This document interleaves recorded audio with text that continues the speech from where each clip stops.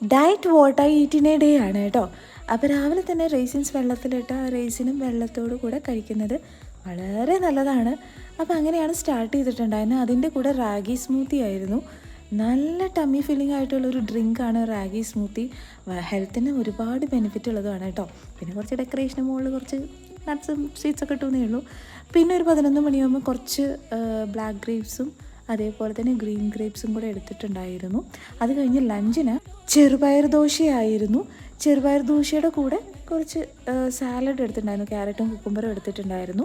അതിൻ്റെ കൂടെ തീരെ ഓയിലില്ലാത്ത ഒരു ബുൾസൈ ഉണ്ടാക്കി എടുത്തിട്ടുണ്ടായിരുന്നു. പിന്നെ ഒരു കറി, ഒരു പരിപ്പ് കറിയാണ്. അങ്ങനെ പിന്നെ ഈവനിങ് കുറച്ച് സീഡ്സും നട്ട്സും ഒക്കെയാണ് എടുത്തിട്ടുണ്ടായിരുന്നത്. അത് കഴിഞ്ഞ് ഡിന്നറ് വളരെ ലൈറ്റായിട്ട് കുറച്ച് സാലഡായിരുന്നു. ക്യാരറ്റും കുക്കുംബറും എനിക്ക് ഭയങ്കര ഇഷ്ടമാണ് ഇങ്ങനെ കുറച്ച് കുരുമുളകും ഉപ്പും ചേർത്ത് കഴിക്കാനായിട്ട്. അതിൻ്റെ കൂടെ ഒരു ബോയിൽഡ് എഗ്ഗും. ഇതായിരുന്നു ഇന്നത്തെ മെയിൻ.